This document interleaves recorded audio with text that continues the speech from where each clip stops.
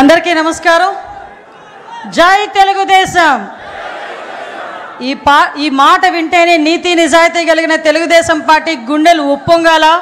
అవినీతి పార్టీలో కూరుకుపోయిన మనుషులకి గుండెలో రైళ్లు పరిగెట్టాలా.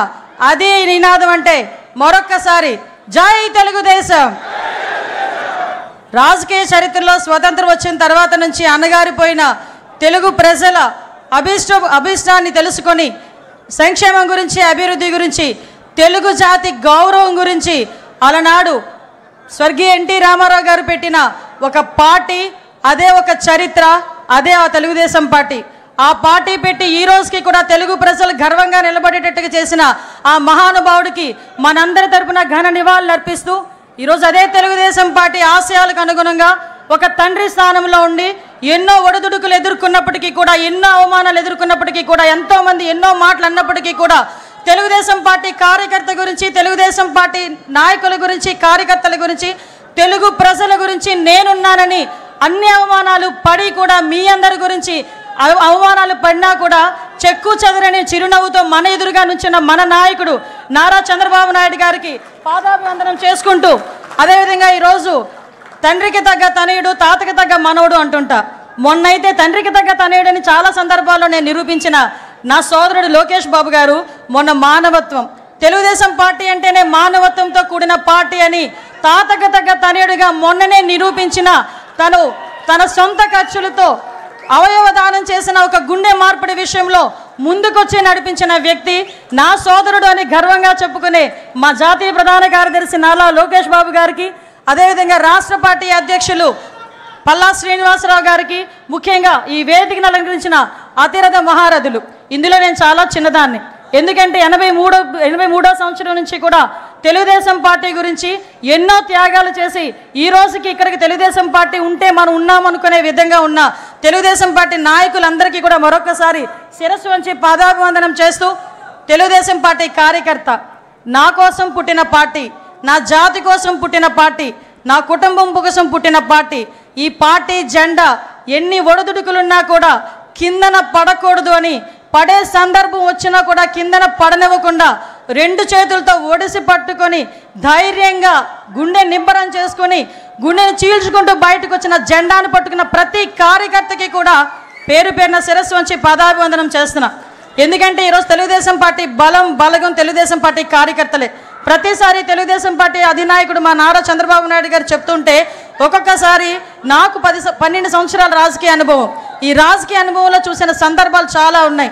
మేము పార్టీ క్యాన్వాసింగ్కి వెళ్ళినా, ఎక్కడికైనా మీటింగ్కి వెళ్ళినా పెద్దవాళ్ళు 2-3 వచ్చి ఏదైనా పెన్షన్ అడుగుతారేమో, లేకపోతే ఏదైనా హౌసింగ్ స్కీమ్ అడుగుతారేమో అనుకుంటే నా దగ్గరకు వచ్చి చాలా సందర్భాలు, అమ్మ పార్టీ జెండా ఇవ్వమ్మా, మా ఇంటికి కట్టుకుంటానని చెప్పి సందర్భాలు కూడా చాలా ఉన్నాయి. అటువంటి మహానుభావులు అందరూ ఉండబట్టే 43 సంవత్సరాలుగా ఎన్నో ఒడిదుడుకులు ఎదుర్కొన్నా కూడా ఈరోజు పార్టీ నిలబెట్టుకోగలుగుతున్నాం. ముఖ్యంగా తండ్రి స్థానంలో ఉన్నారని ఎందుకు మాట్లాడుతున్నానంటే గౌరవ చంద్రబాబు నాయుడు గారి గురించి, ఏదైతే పార్టీ ఈరోజు మన సిద్ధాంతం పేదరిక నిర్మూలన అని మన సిద్ధాంతం. నేను కమ్యూనిస్ట్ని కాదు, నేను సోషలిస్ట్ని కాదు, నేను హ్యుమానిస్ట్ని అని చెప్పి ఆ రోజు ఎన్టీ రామారావు గారు చెప్పిన సందర్భం నుంచి ఈ రోజుకి నేను అదే విధంగా ఉంటాను అని చెప్పి ఈరోజు నీతిగా, నిజాయితీగా తెలుగు రాష్ట్ర ప్రజలు ప్రపంచవ్యాప్తంగా గర్వపడేలా ఈరోజు ముందుకి విజనరీతో నడిపిస్తున్న నాయకుడు. ఈ సందర్భంగా మనందరికీ కూడా ఒక విషయం చెప్పాలి. 1998లోనే అమెరికాలోని ఇలినాయిస్ గవర్నర్ జిమ్ ఎడ్లర్ గారు చంద్రబాబు నాయుడు గారి గౌరవార్థం సెప్టెంబర్ 24న నాయుడు డేగా ప్రకటించిన సంగతి ఇక్కడున్న చాలా మందికి తెలియకపోవచ్చు. ఈరోజు చాలా గర్వపడుతున్నా. అటువంటి నాయకుడు నాయకత్వంలో ఈరోజు ఒక తెలుగుదేశం పార్టీ కార్యకర్తగా నించున్నా కూడా అది జీవితానికి పరమార్థమే అన్న విషయాన్ని ఈ రోజు నేను గర్వంగా చెప్పగలుగుతున్నా. మీ అందరికీ తెలియాలి, గౌరవ చంద్రబాబు నాయుడు గారు అంటే మనందరం కూడా చంద్రబాబు నాయుడు గారు ఒక ముఖ్యమంత్రి హోదాలో, ప్రతిపక్ష నాయకుడి హోదాలో చాలామంది చంద్రబాబు నాయుడు గారి దగ్గరికి వచ్చేటప్పుడు నా స్వయంగా నేను చెప్తున్నా, ఈ సందర్భం ఎప్పటి నుంచో చెప్పాలనుకున్నాను కానీ చెప్పలేకపోయా. నేను కూడా చాలా సందర్భాల్లో చంద్రబాబు నాయుడు గారి దగ్గరికి వెళ్ళి చాలా విషయాలు సార్తో మాట్లాడేయాలని చెప్పి మాట్లాడడానికి వెళ్తా. ఏమ్మా అనిత, ఏమ్మా అంటారు, అనిత కూడా కదా ఏమ్మా అంటారు, అనేసరికి మొత్తం మర్చిపోతా. 2 సార్లు అలా వెనక్కి తిరిగి వచ్చా. 3వసారి చిన్న పేపర్ మీద రాసుకెళ్ళి ఏంటో రాసుకొని వచ్చావు అన్నారు. సార్ మిమ్మల్ని చూస్తే నేను అన్నీ మర్చిపోతున్నాను సార్, మరి ఏం పని చేస్తుందో నాకు తెలియట్లేదు, అందుకే రాసుకొని వచ్చాను సార్ అన్నాను. ఆ రోజు నుంచి ఈ రోజు వరకు నా స్వయం అనుభవం ఒకటి చెప్పాలి. ఏం ఆరా పని చేస్తుందో తెలియదు కానీ ఆయన చుట్టూ ఒక్కసారి ఆయన రూమ్లోకి వెళ్ళేసరికి మైండ్లో అన్నీ వెళ్ళిపోతాయి. ఒకటే ఒకటి గుర్తొస్తుంది, అతను మా నాయకుడు, ఆ నాయకుడితో మేము పనిచేయాలి అని ఒకే ఒక థాట్తో మేము బయటకు వచ్చే పరిస్థితి కనిపించిందంటే that is Chandrababu Naidu, that is Chandrababu Naidu. నేను ఎందుకు చెప్తున్నాను, చాలా గర్వంగా చెప్తా. ఎక్కడున్నారు తెలుగుదేశం పార్టీలో, నేను ఎక్కడికి వెళ్ళినా కూడా ఆంధ్రప్రదేశ్ అనేసరికి బాబు చంద్రబాబు నాయుడు గారు అని అనేసరికి ఎక్కడ ఎంత ఉప్పొంగుతుందంటే గుండె, అది ఈరోజు మన పార్టీ. అటువంటి పార్టీలు ఈరోజు ఆయన పడ్డ కష్టం గురించి కూడా మీకు చెప్పాలి. రోజుకి ప్రతిపక్షంలో ఉండేటప్పుడు అలాగే కష్టపడతారు, అధికారంలోకి వచ్చిన తర్వాత అంతకన్నా ఎక్కువ కష్టపడే వ్యక్తి. ఎందుకంటే మీ అందరికీ తెలుసు చంద్రబాబు నాయుడు గారు, మాకన్నా బాగా మీకే తెలుసు. కానీ ఇప్పుడు అతి దగ్గరగా చూస్తుంటే చాలామంది అతని వయసు గురించి మాట్లాడతారు. ఏజ్ జస్ట్ నెంబర్ అని చెప్పి నిరూపించిన వ్యక్తి ఆయన. అటువంటి వ్యక్తి రోజుకి 16 గంటలు 17 గంటలు కూర్చున్న వ్యక్తి, మళ్ళీ బ్రేక్లో తప్ప బయటికి లగని వ్యక్తి, ఎన్ని గంటలైనా సమీక్ష చేసి చాలా ఇన్డెప్త్ వరకు వెళ్ళిన వ్యక్తి. ఒకసారి నేను రివ్యూలో కూర్చున్నా, నేను మా డిపార్ట్మెంట్ వాళ్ళందరూ ఫుల్గా ప్రిపేర్ అయిపోయాము, ప్రాబ్లం ఏం లేదు, సార్ ఏమన్నారు ఈరోజు పొగుడుతారని చెప్పి వెళ్ళా. మొత్తం తిరిగేశారు ఒక 10 నిమిషాలు. సార్ అలా చూసి మా వైపు చూసి ఇందులో ట్రాఫిక్ ఇష్యూస్ ఏవి అని అడిగారు. ఆ రోజు నేను డీసీపీ గారు మొహం చూసుకునే సందర్భం. అంటే ఎంత ఇన్డెప్త్కి వెళ్తారో చెప్తున్నా. అటువంటి వ్యక్తి గురించి ఎందుకు చెప్తున్నాను అంటే, మీరందరూ 2047 గురించి మాట్లాడుతూ ఉంటే ఏమో ఏంటో, ఎప్పుడు 2047 ఇప్పుడు ఏంటి మనకి అనుకున్న సందర్భాలు కూడా చాలా ఉన్నాయి.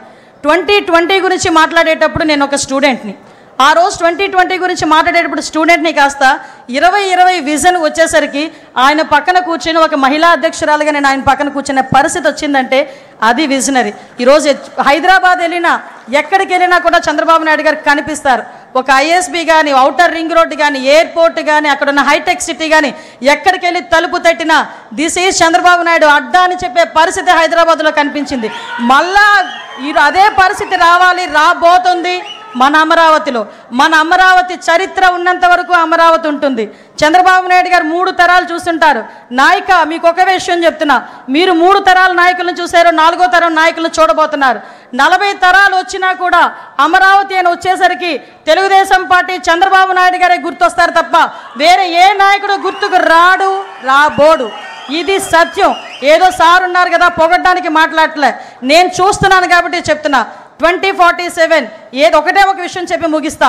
2047 విజన్ పెట్టుకొని 5 సంవత్సరాలు ఈ రాష్ట్రానికి ఎలా చేయాలి, 5 సంవత్సరాలు 2047కి మనం ఏం చేయాలి అని ఇప్పటి నుంచి ప్రణాళిక రాసుకున్న నాయకుడు ఎవరైనా చూసామమ్మా? మనమే ఇంట్లోనే ఉన్న పద్దులు రాసుకోము, సంవత్సరానికి సరిపడి ఏం కావాలి, ఏం చేయాలి, నా పిల్లడు ఏం చేయాలి మాట్లాడుకోము. నీ పిల్లడు ఏం చేయాలి, నీ పిల్లడికి ఎలాంటి ఉద్యోగం కావాలి, నీకు ఎలాంటి ఇల్లు కావాలి, నీకు ఎలాంటి జీవనోపాధి కావాలని 24 గంటలు లోపల కూర్చొని రాసుకుంటున్న వ్యక్తి అమ్మా ఆయన. అటువంటి వ్యక్తిని మనందరం కూడా ఎంత దీవించాలో ఒక్కసారి ఆలోచన చేసుకోండి. ఈ పేదరిక నిర్మూలనే ప్రధాన ధ్యేయంగా పుట్టిన తెలుగుదేశం పార్టీకి నిజంగా మణిహారం మన చంద్రబాబు నాయుడు గారు. ఎందుకు చెప్తున్నానంటే మన సీఎం గారి గురించి, ఈ రేపు 2047 ఉగాది రోజున 2047 విజన్ ప్రకారం పేదరిక నిర్మూలనే ధ్యేయంగా, తలసరి ఆదాయం పెరగటమే ధ్యేయంగా 20 లక్షల కుటుంబాలకి చేయూతగానిచ్చే విధంగా రేపు 2047 P4 విధానాన్ని ప్రవేశపెట్టడం. ఇదే ముందు రోజు మనం నిజంగా అదృష్టం అదే కలిసి వచ్చింది. ఈరోజు ఆవిర్భావ దినోత్సవం జరుపుకోవడం, ఈ 2 కోయిన్సిడెంట్స్గా జరిగినాయి. అది ఆయనకి మనం పూర్తి సహాయ సహకారాలు మన సీఎం గారికి అందించాలి, మన జాతీయ అధ్యక్షుల వారికి అందించాలి. అదేవిధంగా మనం ప్రతిసారి కూడా ఎలాగైతే ఎన్నిదన్నుగా ఉన్నారో, ఆయన కష్టంలో ఉన్నప్పుడు, నష్టంలో ఉన్నప్పుడు, అవమానం భరించినప్పుడు, ఆయన జైలుకి వెళ్ళినప్పుడు కూడా ఎంతోమంది ఈరోజు ప్రపంచవ్యాప్తంగా బయటకు వచ్చి ఆయన గురించి మాట్లాడి ఆయన గురించి ధర్నాలు చేశారంటే, అటువంటి నాయకత్వంలో మనం ఉన్నందుకు ఒక్కసారి పసుపు జెండా పట్టుకొని గట్టిగా తిప్పాలి. జై తెలుగుదేశం. ఈ అవకాశం ఇచ్చిన ప్రతి ఒక్కరికి కూడా ధన్యవాదాలు తెలియజేసుకుంటూ సెలవు తీసుకుంటున్నాను. జై హింద్. వంగల్పూడి అనిత గారికి ధన్యవాదాలు తెలియజేసుకుంటూ